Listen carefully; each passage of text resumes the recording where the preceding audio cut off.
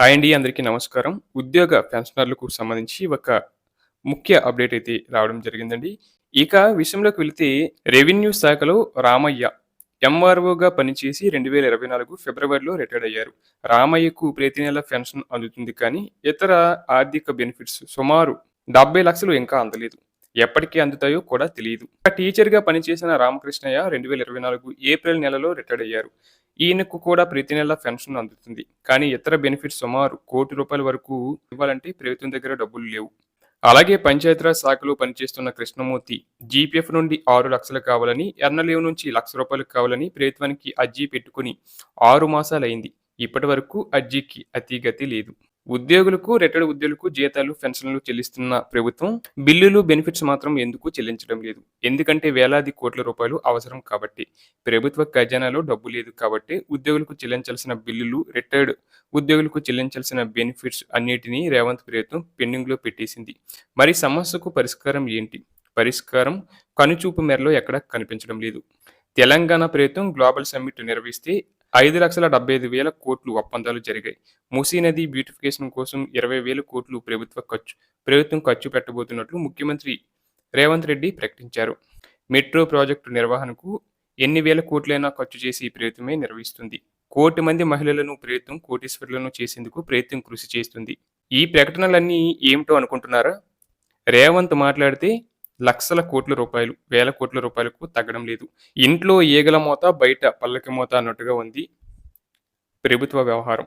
ఏ ప్రభుత్వానికైనా ఉద్యోగులే కొండంత బలం. అలాంటి రిటైర్డ్ ఉద్యోగుల ఆర్థిక అంశాలే అస్తవ్యస్తంగా తయారయ్యాయి.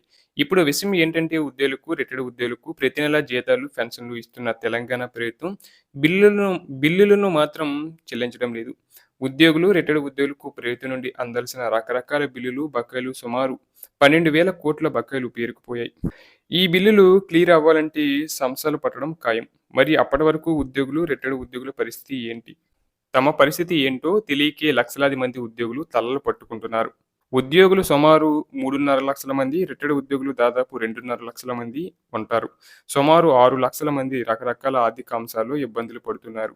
పిల్లల పై చదువులకని, వివాహాలకని, ఆపరేషన్లకు, ఇళ్ల కొనుగోలు తదితర అవసరాలకు రిటైర్మెంట్ బెనిఫిట్స్‌లో నుంచే ఖర్చు పెట్టాలని అనుకున్న వేలాది మందికి ప్రస్తుత పరిస్థితి మింగుపడటం లేదు. రిటైర్మెంట్ సందర్భంగా అందాల్సిన బెనిఫిట్స్ ఏవీ రాకపోవడంతో అంతకుముందు ఉద్యోగంలో ఉన్నప్పుడు వేసుకున్న ప్రణాళికలన్నీ తలకిందులైపోయాయి.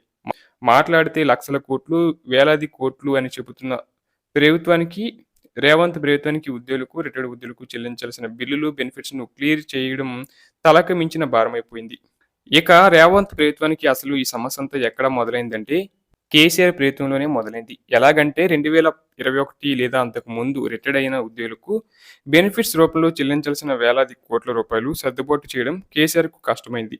అందుకని ఏం చేశారంటే 2021లో రిటైర్డ్ అవ్వాల్సిన ఉద్యోగులు పదవీ విరమణ వయసును మరో 3 ఏళ్లు పెంచారు. ఉద్యోగుల రిటైర్మెంట్ 58 నుంచి 61 ఏళ్లకు పెరిగింది.